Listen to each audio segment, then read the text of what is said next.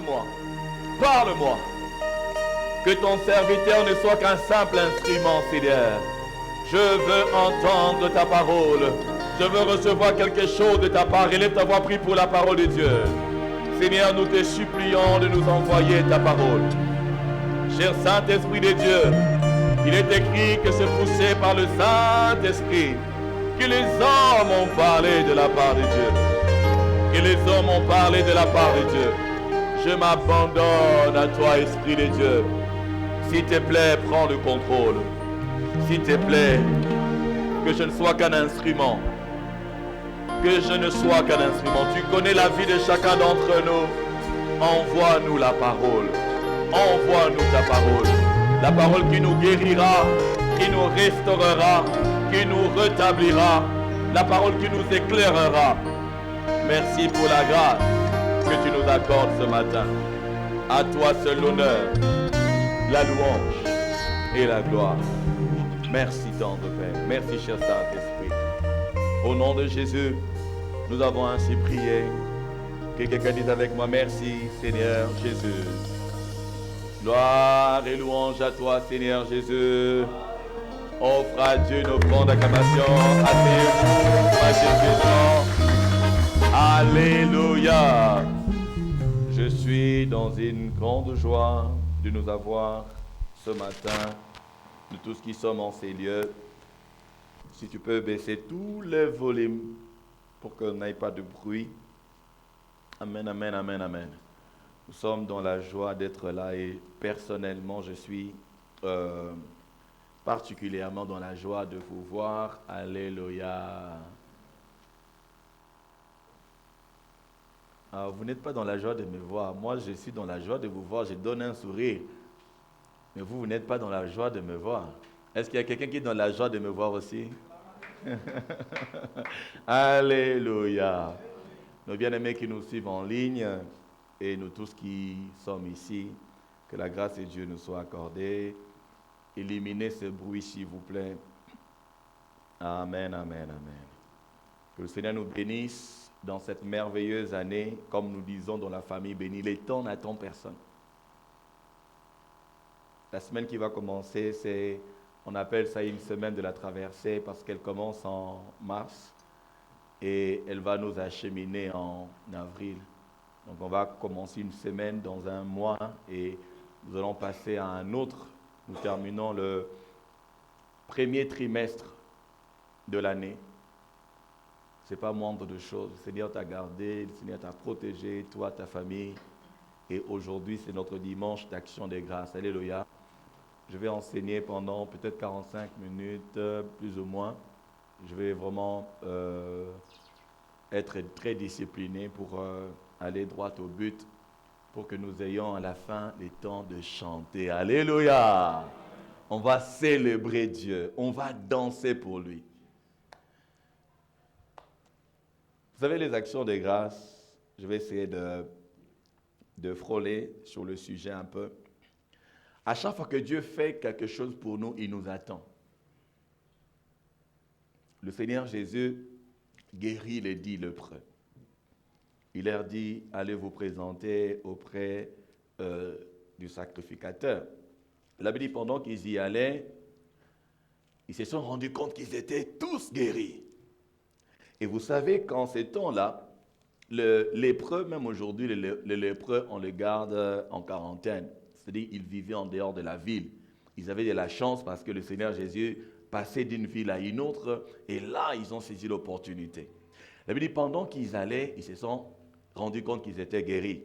Mais étant donné qu'ils vivaient loin de chez eux, peut-être que quelqu'un l'a mis en quarantaine, il venait de commencer son entreprise, ou encore son enfant s'était marié, ou encore, je ne sais pas. Alors chacun a vite retourné chez lui. Et ils ont oublié de retourner dire merci à Jésus qui les a guéris. On ne sait pas combien de temps ils sont restés dans cette maladie, mais la Bible dit qu'une seule personne, et c'était un Samaritain qui est retourné. Et Jésus était étonné. Jésus leur pose la question, les 9 autres, où sont-ils? Alléluia. À chaque fois que le Seigneur nous fait du bien, il attend à ce que nous puissions revenir sur nos pas pour lui dire merci. Et une chose que nous devons faire, c'est de pouvoir regarder au bienfait de Dieu et non pas au mensonge de l'ennemi. Le diable va maintenir ton attention que sur ce qui ne marche pas. Voilà l'une de ses stratégies. Il va te montrer, il va amplifier tes problèmes. Il va amplifier tellement tes problèmes que si tu n'es pas sage, si tu ne te laisses pas guider par le Saint-Esprit, tu vas sombrer. Au lieu de regarder à la vie que Dieu t'a donnée, la Bible dit qu'un chien vivant vaut mieux qu'un lion mort. Et pour tous ceux qui vivent, la Bible dit qu'il y a de l'espérance. Même un arbre qui est coupé.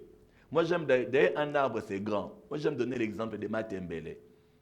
Prenez seulement un morceau de matembele. Hein? Les matembele en français, c'est quoi? Feuilles de patates douces. Quand vous coupez ça, vous mettez ça quelque part là, ça va pousser. Et toi, tu as plus de valeur que le matembele. Oh. Vous connaissez les moineaux? Les moineaux sont les oiseaux que nous voyons là. La Bible nous dit que aucun moineau ne tombe sans la permission de Dieu. Et le Seigneur Jésus nous dit que nous sommes plus importants, nous avons plus de valeur que le moineau. Cela veut dire que Dieu regarde à ta vie et il va plus loin. Il dit que Dieu compte même tous nos cheveux. Si tu partais au salon et après quand tu es coiffé, tu te dis, tu demandes au coiffeur, s'il vous plaît, ramassez-moi tous mes cheveux, je vais rentrer avec. Au restaurant, on va te comprendre. Quand tu as fini de manger, tu es rassasié, mais tu n'as pas fini ton plat, tu peux dire au serveur, s'il vous plaît, faites emporter, je vais ramener ma bouffe à la maison, mais tu ne le fais pas avec tes cheveux.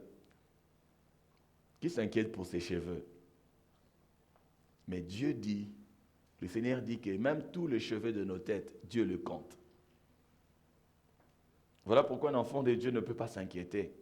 Mais il doit plutôt rendre grâce à Dieu. Un enfant de Dieu doit apprendre à rendre grâce à Dieu. Voilà pourquoi on parle même des sacrifices d'action de grâce. Parce qu'il nous arrive de nous retrouver dans des situations où tu n'as pas envie de rendre grâce à Dieu. Mais parce que c'est par la connaissance que tu lui rends grâce, ça devient un sacrifice d'action de grâce. Tu lui dis merci. Les choses vont mal, mais je refuse de me plaindre, je vais lui dire merci. Alléluia. Est-ce que tu apprends à dire merci à Dieu?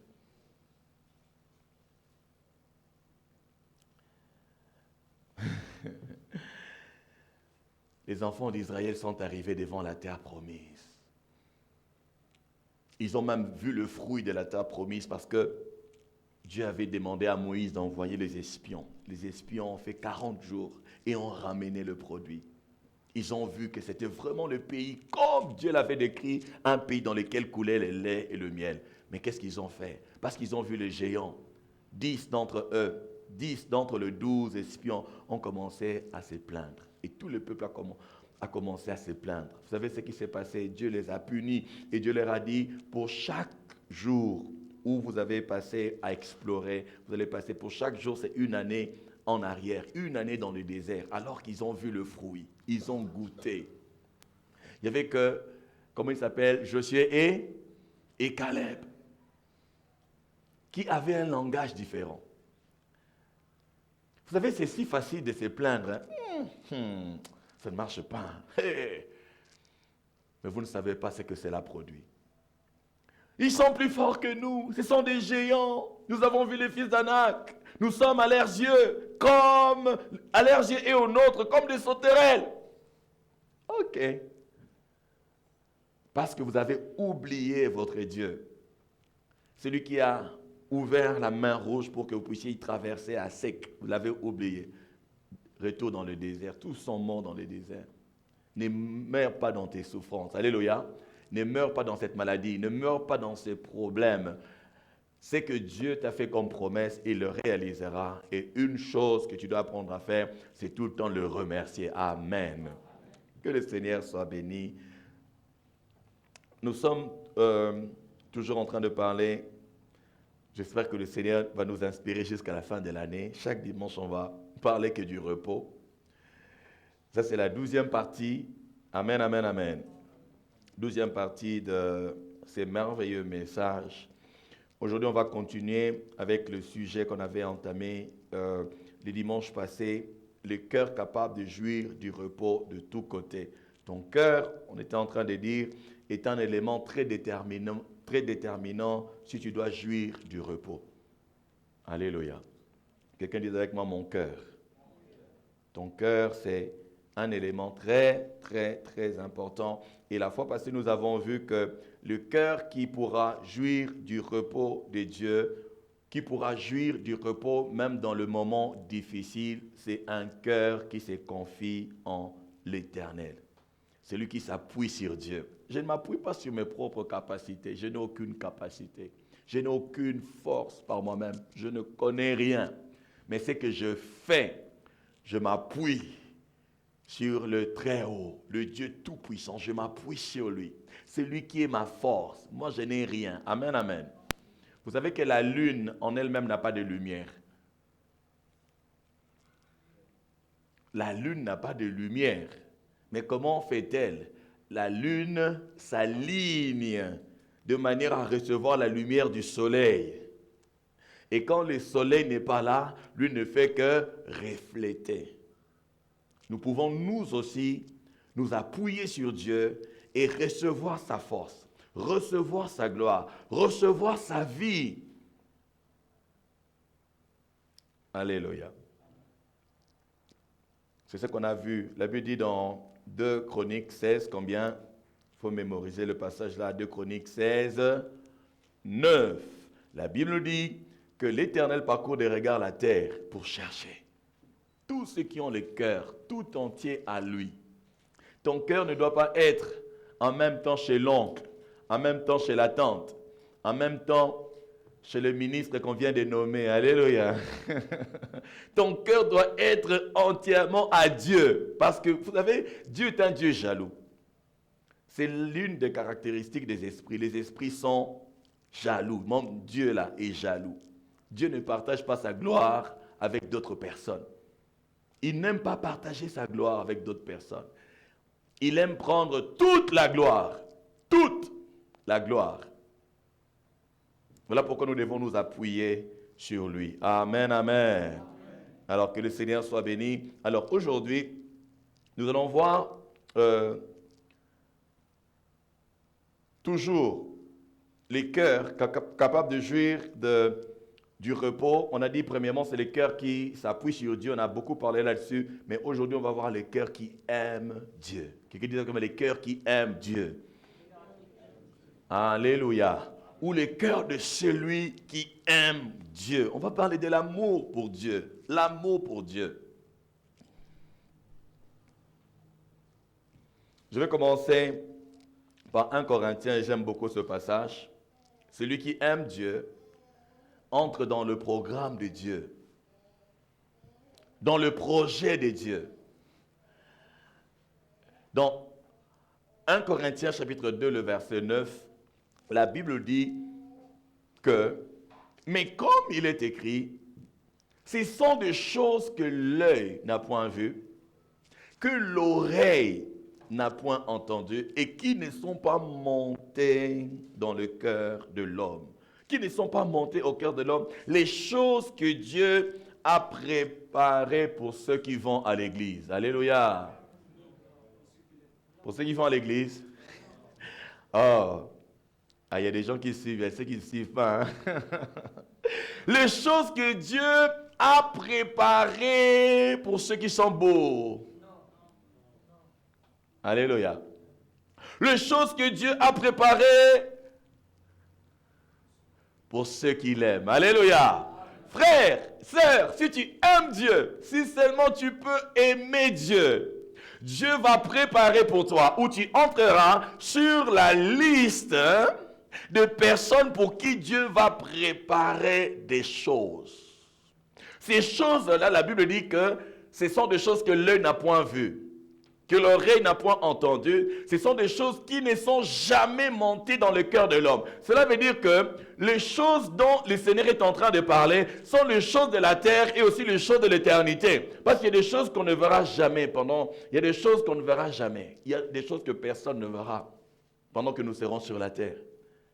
La condition pour jouir de ces choses-là, c'est tout simplement d'aimer Dieu.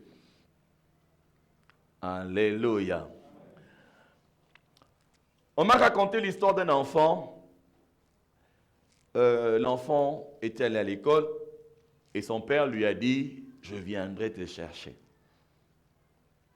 Mais ce jour-là, il y a eu je ne sais pas si c'était comme un tremblement de terre, quelque chose comme ça. Il y a eu un problème à l'école. Et l'enfant là était là serein.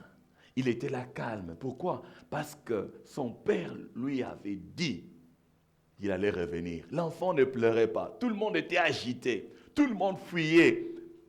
Tout le monde criait. Tout le monde pleurait. Mais l'enfant a été calme. Pourquoi? Parce que son père lui avait dit, je viendrai te chercher. Il savait que son père l'aimait tellement. Alléluia.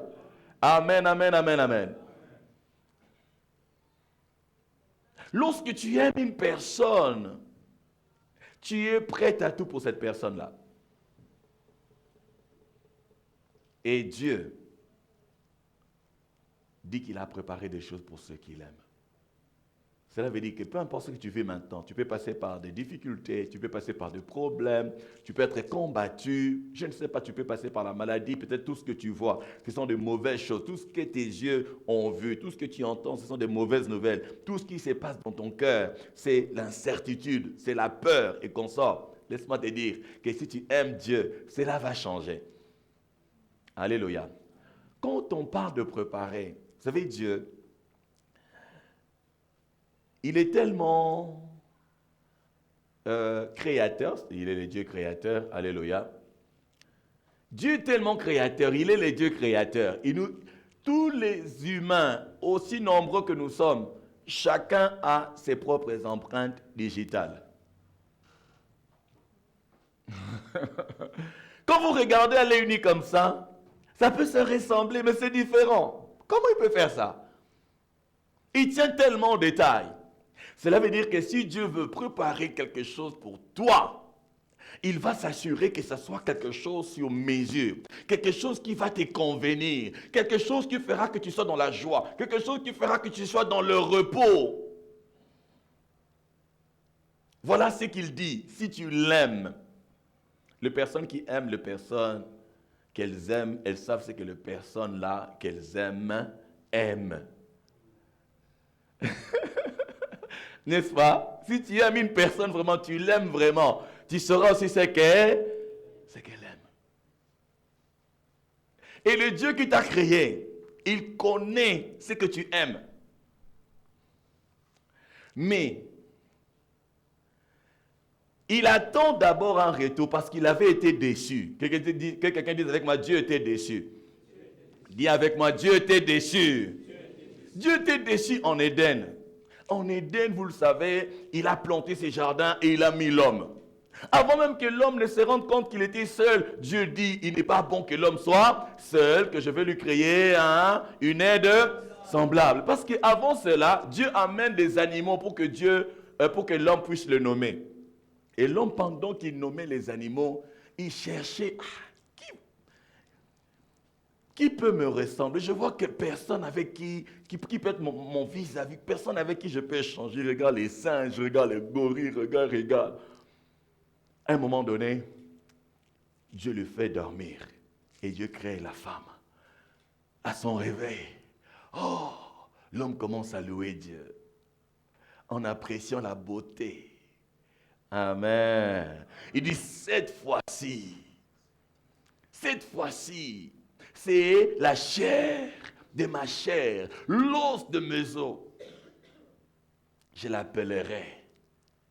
La poésie a commencé là-bas, là. Ça a commencé là-bas. Je l'appellerai Ève. Alléluia. Mais vous savez quoi? Après un moment, quand ils ont péché, quand ils sont tombés, l'homme a dit à Dieu, tu sais quoi? C'est la femme que tu m'avais donnée. La femme que tu m'avais donnée. Et ils ont déçu Dieu. L'homme a déçu Dieu. Malgré cela, Dieu nous a montré son amour. Dans Jean 3,16, il lui dit, car Dieu a tant aimé le monde qu'il a fait quoi? Il a donné son Fils unique, afin que quiconque croit en lui ne périsse pas, mais qu'il ait la vie éternelle. Dieu nous a montré le plus grand amour. Il s'est donné. Mais à l'amour de Jésus, est-ce que tu réponds à son amour? Si tu ne réponds pas à l'amour de Jésus, parce qu'il y a des personnes qui attendent que Dieu fasse pour eux, les choses que tu attends que Dieu fasse pour toi, là, Dieu a fait ça en grand, en te donnant Jésus. En Jésus, tu as tout. Alléluia. Amen. En Jésus, par Jésus, tu reçois le Saint-Esprit. Et en recevant la promesse du Saint-Esprit, tu reçois en même temps la bénédiction d'Abraham. La Bible dit, maudit soit celui qui... Non, c'est pas là où je suis. Alléluia. Maudit est quiconque est pendu au bois. Alors, le Seigneur Jésus est devenu une malédiction. Pourquoi? Pour que la bénédiction d'Abraham nous soit accordée. Et la bénédiction d'Abraham nous est accordée dans ce que nous avons reçu le Saint-Esprit. Amen. Rappelez-vous de Matthieu 7. Matthieu 7, la Bible dit... aussi mauvais que vous êtes, vous savez donner des bonnes choses à... Pourquoi est-ce que vous donnez des bonnes choses à vos enfants? Parce que vous les aimez, n'est-ce pas? Il dit, à combien plus forte raison votre Père ne vous donnera-t-il pas aussi des bonnes choses? Ça, c'est la version de Matthieu. Regarde la version de qui? De Luc. Dans Luc 11. Il dit, à combien plus forte raison votre Père ne vous donnera-t-il pas le Saint-Esprit? Pourquoi le Saint-Esprit? Parce que le Saint-Esprit connaît les cœurs de Dieu pour chacun d'entre nous. Tout ce qu'il y a dans le programme de Dieu, tout ce qu'il y a dans les cœurs de Dieu, pour toi et pour moi, le Saint-Esprit les connaît. Mais la seule condition qui fera que nous puissions entrer dans ce que Dieu a en réserve pour nous, c'est que nous puissions aimer Dieu. Alors la question que je te pose maintenant, est-ce que tu aimes Dieu? Alléluia. Pose la question à ton voisin. Il ne faut pas avoir peur. Moi-même, je suis là. Alléluia. Bon, disons que Dieu est là. Alléluia. Si ton voisin te regarde mal, dis-lui que Dieu est là. Pose la question à ton voisin. Est-ce que tu aimes Dieu? Pose-lui la question. Est-ce que tu aimes Dieu? Il ne faut pas avoir peur de lui. Est-ce que tu aimes Dieu? Qu'est-ce qu'il a répondu? Il aime Dieu. Est-ce sûr? Sûr que tu aimes Dieu? Quelle est la preuve que tu aimes Dieu? Alléluia. Amen, amen, amen, amen, amen.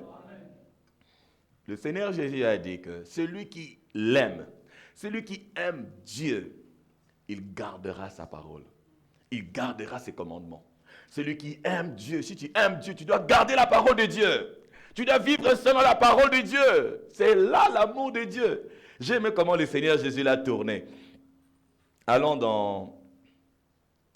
dans Jean 14. Jean 14, 21. Oh, j'aime ça. Jean 14, 21. J'aime la tournure que le Seigneur Jésus a utilisée. Ouvrons ensemble dans Jean 14, 21, c'est ça. Un instant pour moi. 14, 21. La Bible nous dit ceci. Comment? Celui qui a mes commandements, garde, c'est celui qui m'aime. Et celui qui m'aime sera aimé de, je l'aimerai et je me ferai connaître à lui. Je relis, il dit, celui qui a mes commandements et qui le garde, c'est celui qui m'aime. Et celui qui m'aime sera aimé de mon Père. Je l'aimerai et je me ferai connaître à lui. Alléluia. Mon frère, quand tu sais que Dieu t'aime, le créateur des cieux et de la terre, tu sais qu'il t'aime. Quand tu passes par des moments difficiles, est-ce que tu vas t'inquiéter? Quand les ennemis te combattent, tu sais que celui qui est plus fort que l'univers entier t'aime. Alléluia. Est-ce que tu vas craindre quelque chose? Le Seigneur dit, j'aime ce qu'il dit, Il dit, celui qui m'aime là, il dit, Dieu, le Père va l'aimer. Le Père, Dieu va l'aimer. Dieu va l'aimer. Et il dit, je me révélerai à lui. Tu auras la révélation de Jésus. Jésus va se révéler à toi. Oh,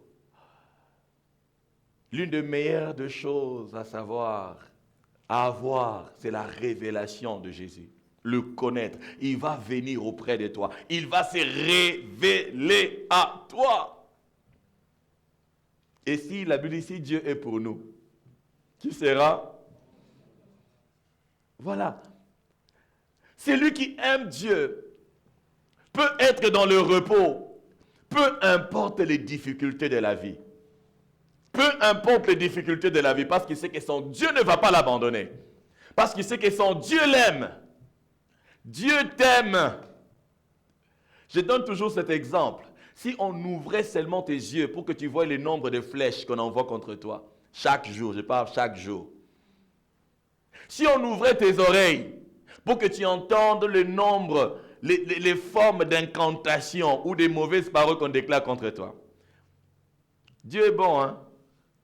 Tu as commencé, il y a des personnes qui ne vont même pas aller au travail, ceux qui vont fuir le travail parce qu'ils vont entendre comment leurs collègues, la nuit, ils déclarent des paroles contre eux. Il y a des couples qui vont divorcer parce que... Alléluia. Parce que l'autre est en train de maudire l'autre. Mais Dieu est tellement grand, il est tellement bon, il nous aime tellement qu'il nous protège. Malgré les incantations qu'ils ont fait contre toi, tu t'es réveillé. Alléluia. Malgré tout ce qu'ils ont fait contre toi, Dieu t'a protégé, tu t'es réveillé, tu es en vie. Maintenant, tu dois le savoir que Dieu m'aime. Parce qu'il m'aime, il me protège. Parce qu'il m'aime, il prend soin de moi. Regarde tout ce que tu peux faire pour une personne que tu aimes. Je peux parler aussi de châtiment. Il te châtie aussi quand il t'aime.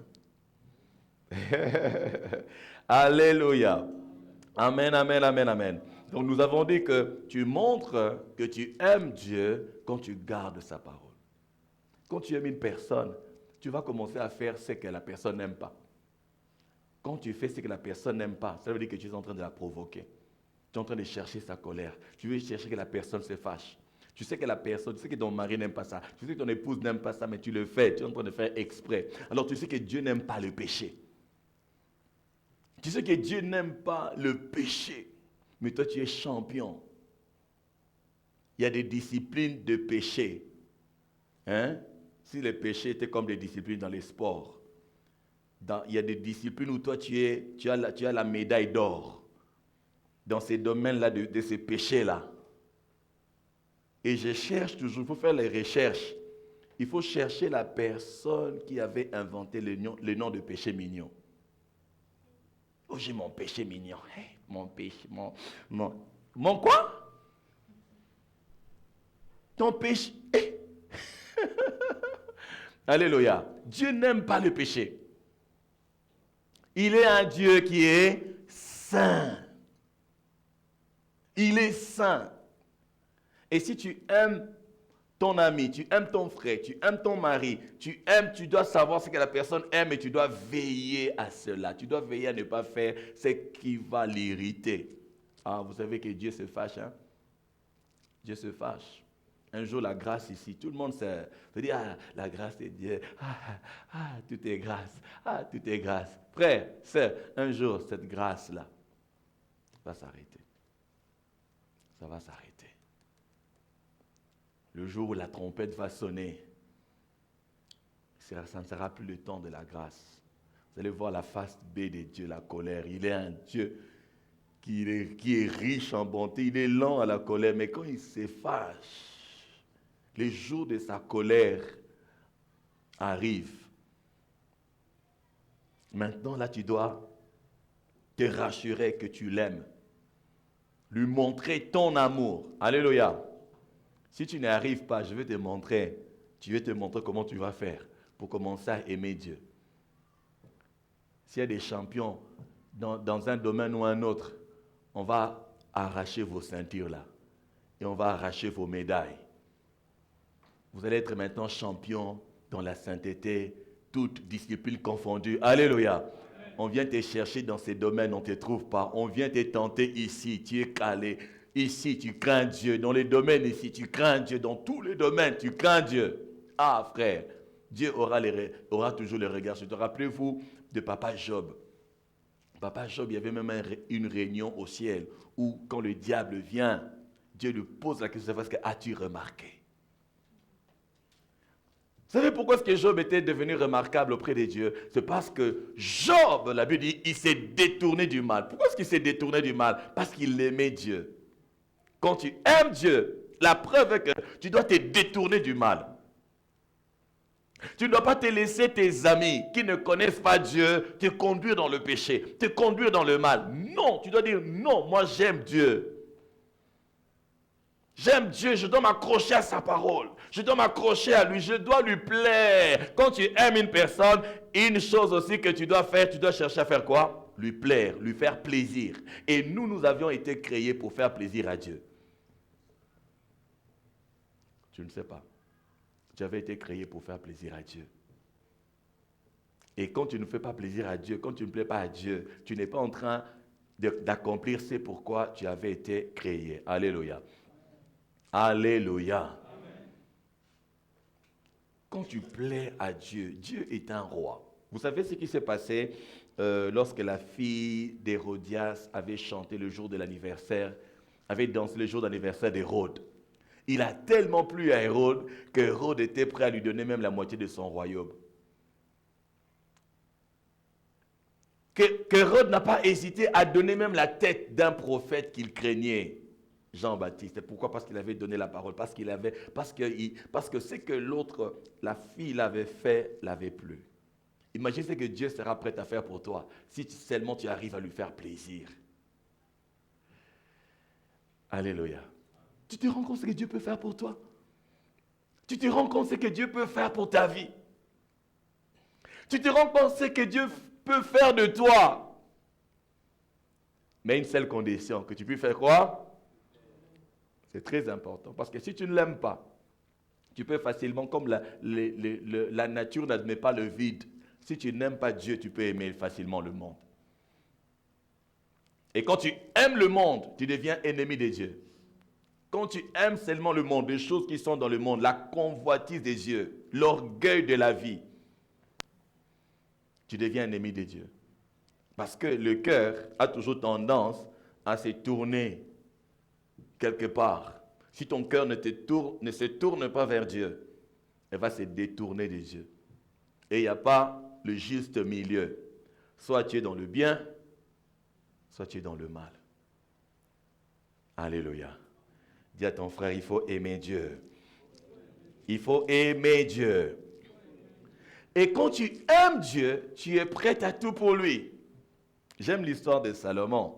Salomon, au début, vous savez, quand j'étais en train de lire, je me rappelais toujours on parle souvent de 1000 holocaustes. Alléluia. C'est comme si Salomon n'avait fait que ça. Non. Il y a un passage où Salomon avait fait plus que cela. Pourquoi? Parce qu'il aimait Dieu. Dans 1 Roi, chapitre 3, on peut aller même jusqu'au verset 5. 1 Roi, chapitre 3, le verset 3 à 5. La Bible dit, Salomon aimait l'Éternel. Salomon aimait l'Éternel et suivait les coutumes de David son père. Seulement c'était sur le haut lieu qu'il offrait des sacrifices et des parfums. Le roi s'est rendu à Gabaon pour y sacrifier, car c'était le principal des hauts lieux. La Bible dit, Salomon offrit combien? 1000 holocaustes sur l'autel à Gabaon. L'Éternel apparut en songe à Salomon pendant la nuit et Dieu lui dit, demande ce que tu veux que je te donne. Waouh, quelle question! Imagine que Dieu vienne te poser la question de savoir, tel que tu es là, tel que tu es là, tel que tu es là, Dieu vient te poser la question de savoir, demande ce que tu veux que je te donne. Alléluia. La technique, ça va? Vous êtes sûr que ça va? Comment on appelle ça? Alléluia. Vous êtes sûr que ça va?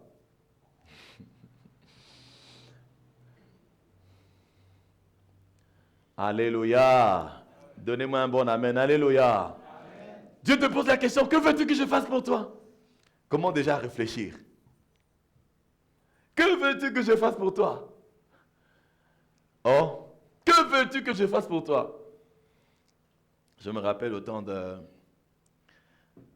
du feu président Mobutu, il avait reçu des gens. Et puis il y avait un papa qui était là. Le président leur demandait, que veux-tu que je fasse pour toi, tout ça.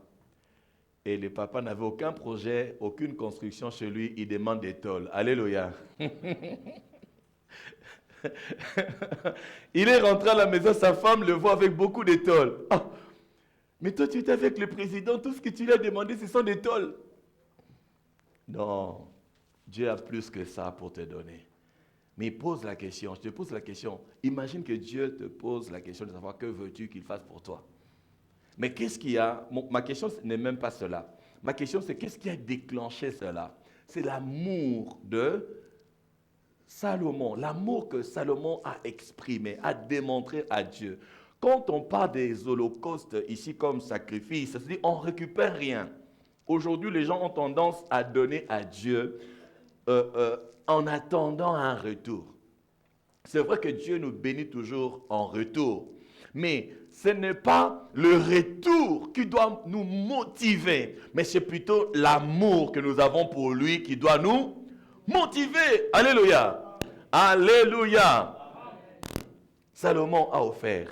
Supposons maintenant, j'ai cherché mais je n'ai pas trouvé, on doit chercher cela pour savoir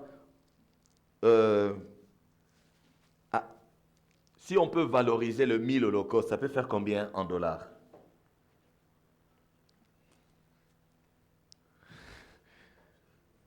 Comment? C'est beaucoup, n'est-ce pas? Une tête de bœuf, de vache, ça coûte combien? 1000 dollars plus ou moins? 1500. Dans les 1500 fois 1000. C'est ce que Salomon a offert à Dieu en une seule nuit. Et vous ne récupérez pas. Les holocaustes, ce sont les sacrifices qu'on brûle complètement. Complètement. Il y a d'autres sacrifices où les sacrificateurs peuvent récupérer des parties pour eux. Mais en ce qui concerne les holocaustes, tu offres tout à Dieu. Tout est consumé, tout est brûlé. 1000. Pourquoi? Parce que il aimait Dieu. Toi, qu'est-ce que tu es prêt à faire pour Dieu? Toi, tu attends seulement, Seigneur, donne-moi. Seigneur, c'est ci. Hey, Seigneur, c'est là. Hey, papa. Oh, mon Dieu. Toi, qu'est-ce que tu es prêt à donner à Dieu? Vous savez, une des choses s'il y a quelque chose qui peut me faire mal, c'est quand on est incapable de faire quelque chose pour Dieu. Ou bien, on a un projet pour Dieu, mais on manque de moyens. Ça me fait mal. Mais c'est juste pour un temps. Alléluia. Il y a un temps qui arrive, on aura plus de provisions que de besoins. Alléluia. Ça arrivera pour nous au nom de Jésus. Ça arrivera aussi pour toi au nom de Jésus. Alléluia. D'avoir plus de provisions que de besoins. Que d'avoir plus de besoins que la provision. Ah! Ça fait des calculs, hein? Tu es en train de calculer. Ah! Mais mes frères, Dieu peut nous enrichir. Je ne suis pas en train de parler de richesse. Alléluia. C'est un Dieu qui est riche. Il peut tout pour nous. Mais est-ce que nous l'aimons? Imagine, par exemple, ta manière d'offrir à Dieu. Vous savez comment on offre dans nos églises, non? On prend quelque chose là. Il y a d'autres personnes, d'ailleurs, qui... C'est juste pour qu'on voie qu'elle a seulement mis sa main dans le panier. Et on s'apprend faire quelque chose comme ça. Ah.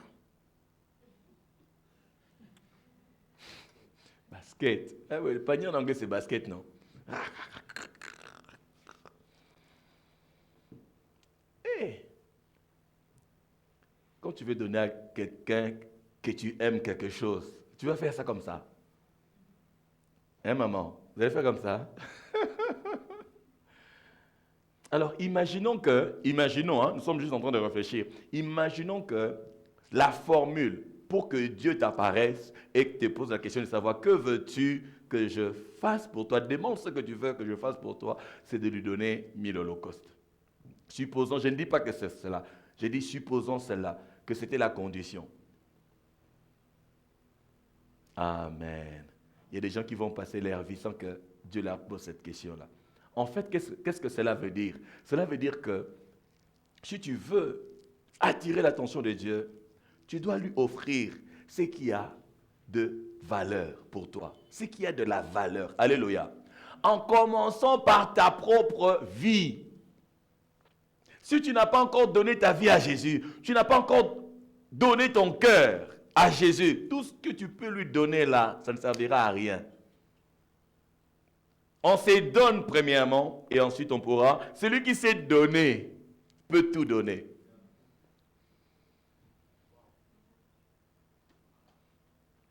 Mais si tu ne t'es pas donné là, ton attention sera tournée seulement sur toi-même. Voilà pourquoi on parle de l'égoïsme. Et l'égoïsme, c'est l'une des choses qui caractérise les temps dans lesquels nous sommes maintenant. Nous sommes dans le temps de la fin et le temps sont durs, difficiles. Et dans les moments difficiles, chacun a tendance à chercher à se sauver lui-même. Nous, en tant qu'enfants de Dieu, nous ne devons pas nous comporter comme les gens du monde. Alléluia. Pendant les temps difficiles ici, nous devons montrer à Dieu que nous lui faisons comment? Confiance. Et la manière de montrer que tu fais confiance à Dieu, c'est pouvoir donner. Donne-toi d'abord toi-même. Vous savez que Caïn, ce n'était pas seulement son offrande qui n'était pas agréée, c'était d'abord lui-même qui n'était pas agréé. Dieu t'agrée avant de t'agréer tes offrandes. Alléluia. Alléluia. Amen. Alléluia. Regardez dans 1 Roi, quelqu'un peut nous lire, prenez 1 Roi, chapitre 8, le verset 63. 1 Roi 8, 63, est-ce qu'il y a quelqu'un qui peut nous lire 1 Roi 8, 63? Quelqu'un prépare 1 Roi 11, premier.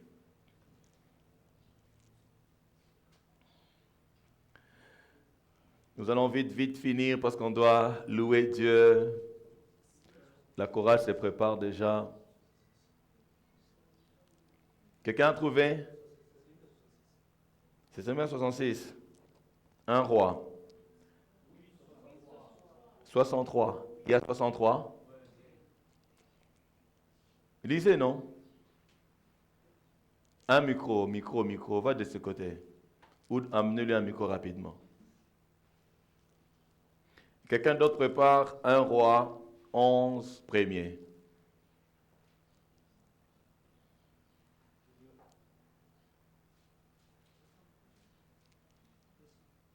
La régie.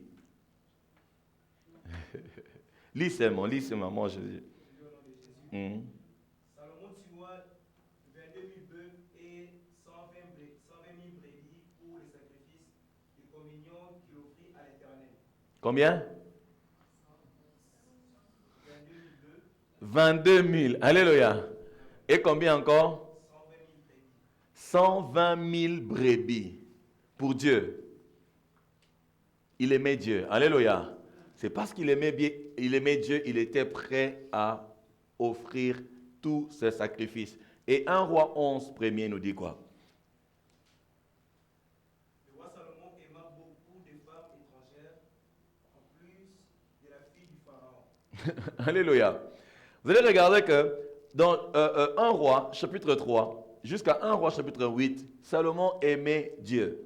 Mais à un moment donné, quand on arrive à 1 Roi, chapitre 11, Salomon commençait à aimer les femmes. Alléluia. Et vous allez vous rendre compte qu'après, il n'a pas fait autant de sacrifices. Il n'a plus fait autant de sacrifices pour Dieu. Mais, restons quand même là. Savez-vous ce dont a joui Salomon? Salomon a joui du repos pendant tout son règne. Pendant les 40 années du règne de Salomon, il n'y a pas eu de guerre. Il n'y a pas eu de combat. Il n'y avait que la prospérité. Regarde ce que Dieu est prêt à faire. Il a dit que le Seigneur ne se répand pas de ses dons parce qu'il avait déjà béni. Quand il a demandé la sagesse, il dit, parce que tu n'as pas demandé la mort de tes ennemis, tout ça, tu m'as demandé la sagesse. En plus de cela, je te donnerai des richesses. Et Dieu l'a tellement béni. Et quand même bien que Salomon s'est détourné de Dieu, vous allez voir ça dans Néhémie chapitre 13, 26, quand Salomon a commencé à aimer les femmes étrangères ont détourné son cœur de Dieu. Mais la bénédiction de Dieu est restée. Mais le comble, c'est quoi? C'est qu'après Salomon, il y a eu d'autres problèmes. Le royaume d'Israël s'était divisé. Des conséquences du péché viennent toujours. Même si ça ne vient pas pendant ton temps, ça pourra venir même pendant la vie de tes enfants. Alors mon frère, ma sœur, tu dois t'attacher à Dieu de tout ton cœur. Alléluia. Alléluia. Tu dois continuer à l'aimer. Ça va garantir et ta destinée et la destinée de tes enfants. L'amour que tu auras pour Dieu va garantir et ta vie, toute ta vie et la vie de tes enfants. Regarde le repos. Tu te rends compte, un roi sans combat, pendant 40 ans, aucun ennemi vient te combattre. Personne ne vient te provoquer, personne. Tout ce que tu fais, ça prospère. Pendant toutes les années de ton règne. Imagine que pendant toutes les années de ta vie, là, que tu vives en paix, que tu vives dans la joie. C'est possible. Alléluia. Mais ça dépend de ton amour pour Dieu. Tu veux jouir du repos. Même quand tu passes par des moments difficiles, rassure-toi seulement que tu aimes Dieu. Alléluia. Il ne va jamais t'abandonner. Jamais. Jamais il ne t'abandonnera.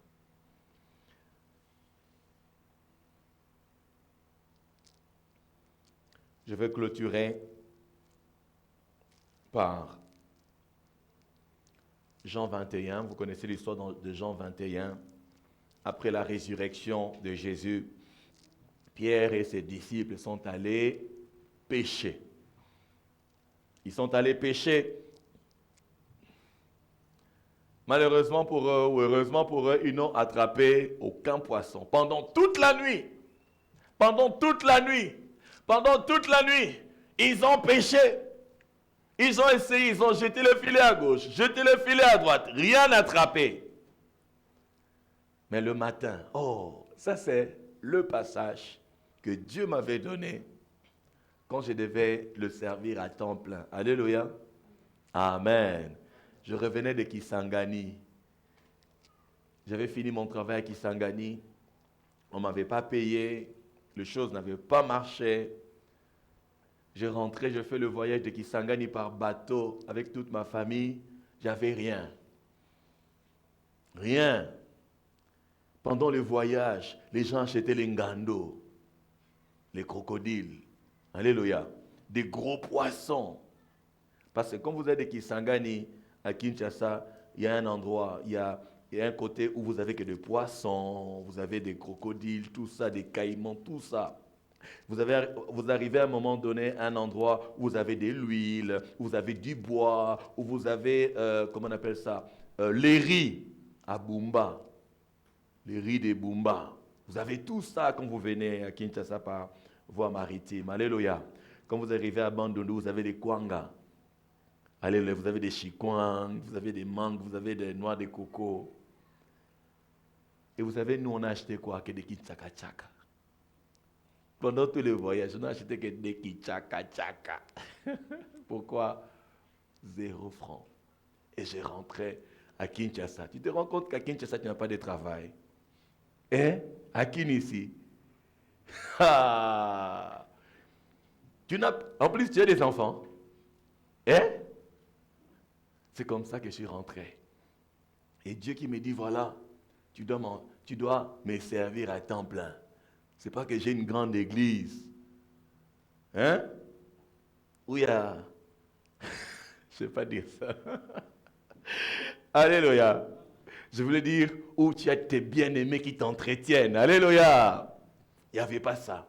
Je devais enseigner sur Internet. Quand tu enseignes sur Internet, les gens lisent. Ils ne te voient pas. Et Dieu le guérit, Dieu le touche. Ils ne savent pas que la personne qui écrit là il habite les studios de son petit frère. Il dort par terre. Des fois, il est malmené par les bailleurs. Et Dieu me donne ce passage pour me rassurer que ce n'est pas seulement le travail séculier qui bénit, mais c'est ce que lui te demande de faire qui te bénira. Alléluia. C'est que Dieu te demande de faire, pas seulement ce que tu veux faire, pas seulement ce qui peut te rapporter. La pêche pouvait leur rapporter, mais ces jours-là, toute la nuit, ils n'ont attrapé aucun poisson. Et qu'est-ce qui se passe? Le matin, le Seigneur Jésus était à la rive là. Il les a appelés. Mes enfants, avez-vous à manger? Prenons ce passage, lisons cela. C'est par là qu'on va, le dernier, c'est Jean 21. Amen, amen, amen, amen. Alléluia. La Bible dit, je commence où là? Le verset 5. Jésus leur dit, enfants, n'avez-vous rien à manger? Cela veut dire que le travail peut faire que tu n'ailles pas à manger. La Bible dit que celui qui ne travaille pas ne mange pas. Mais des fois, tu peux travailler et manquer à manger. Ils ont travaillé, mais ils n'ont pas eu à manger. Ce n'est pas seulement le travail, mais le travail que Dieu te demande de faire. Enfants, n'avez-vous rien à manger? Ils répondirent non. Mais pourtant, ils ont travaillé. Et le Seigneur leur a instruit. Il leur dit, jetez les filets du côté droit de la barque et vous trouverez. Et ils jetaient et ils trouvèrent. Et ils ne pouvaient plus le retirer à cause de la grande quantité de poissons. C'est pas là. C'est pas ce qui nous intéresse le plus. Alléluia. Regardez le verset 9. Il avait dit, lorsqu'ils furent arrivés à terre, parce qu'ils étaient où dans la mer. Alléluia. Amen, amen, amen. La Bible dit, lorsqu'ils furent descendus à terre, ils virent là des charbons allumés. Qui a allumé le charbon? Du poisson dessus, qui était allé pêcher le poisson pour mettre sur le feu, et du pain. Alléluia. Ça dit quoi? Que Jésus était venu avec. Jésus est venu. Je ne sais pas si c'était lui, s'il avait demandé aux anges, je ne sais pas. Alléluia. On ne nous a pas montré comment c'est arrivé là. Mais quand ils sont arrivés, après avoir travaillé pendant toute la nuit, sans rien attraper, ils ont fourni leurs efforts, ils ont veillé, ils n'ont pas fermé l'œil de toute la nuit. Ils ont jeté le filet de part et d'autre, rien attrapé. Mais quand ils reviennent, sans aucun effort, Jésus ne prend même pas ce qui... Jésus ne commence même pas. Il sait que toute la nuit, ils n'ont pas mangé. Le temps qu'ils rajoutent ce qu'ils ont attrapé là, moi, je prépare déjà.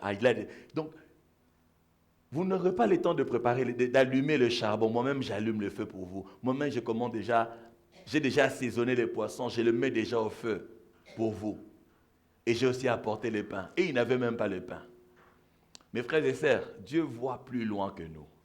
Il en réserve pour nous plus que tout ce que nous pouvons chercher. Mais cependant, vous savez, et là, il a commencé à poser la question à Pierre. Parce que c'est Pierre qui était le meneur. Il lui pose la question 3 fois. M'aimes-tu? Pierre, m'aimes-tu plus que tout ceci? M'aimes-tu? Est-ce que tu m'aimes, Pierre? Est-ce que tu m'aimes? Et le Seigneur lui dit, paie mes brebis. Oui, ça c'est pour Pierre. Et c'est aussi le passage que le Seigneur m'avait donné. Mais pour toi, qu'est-ce que Dieu t'a dit?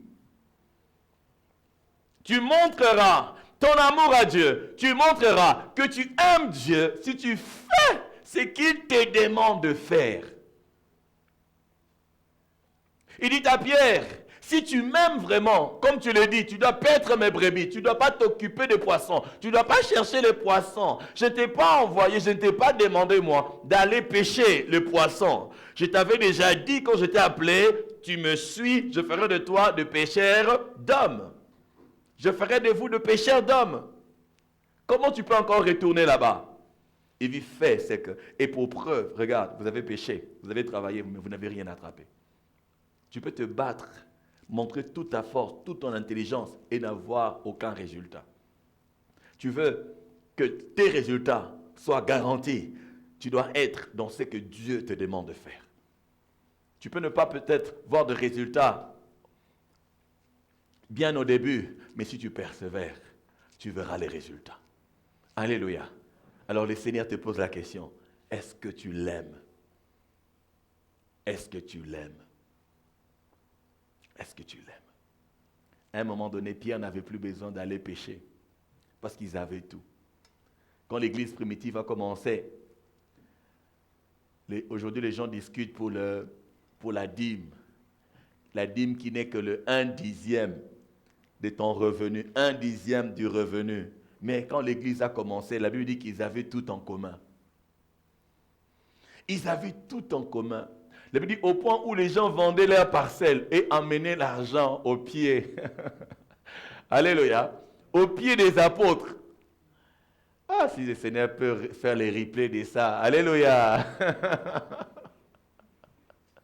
Les gens vendaient leurs parcelles. Aujourd'hui, si tu fais ça, on va te dire, ah, tu es fou, toi. Ah, le pango.